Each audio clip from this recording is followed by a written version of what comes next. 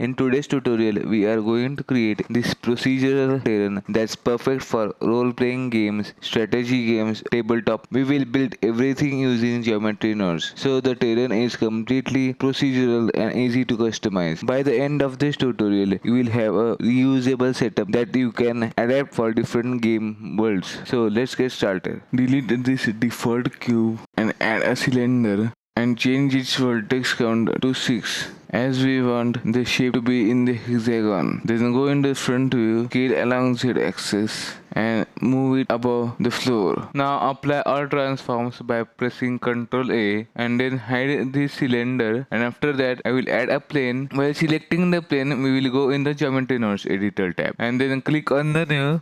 I will disconnect the group input connections and move it aside. I will add two mesh line nodes because we want it for vertical and as well as horizontal. Also add two instances on the points node. Then connect the nodes as shown. Then for the instances, I will choose a hexagonal cylinder. As you can see that the hexagons are arranged in Z direction, but we want it along X and Y direction. So therefore I will change the offset value of Z and make it 0 and change the offset value of X and Y as 1 and 1 respectively. As you can see that these hexagons are overlapping with each other. So therefore I will increase the offset value of X and Y. Now I want to move second and the fourth row of the hexagon. So therefore what I will do is I will add a set position node and also add the vector math node and change from addition to the modulo and plug it in the selection socket.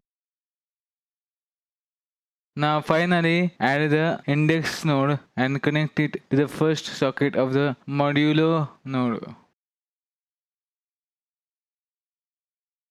And also change the modulo value to 2. So what it does is it only selects the second row and the fourth row. Now what I need is random scaling along z-axis. For that I will use a random value node and change the type float to vector and then plug the value socket to the scale of instance and the points. Now for the shading part, I want the shading along z-axis, but first of all I will resample the curve because it is in the instance form, and then after that I will add a set material node, and after that I will add a store name attribute node.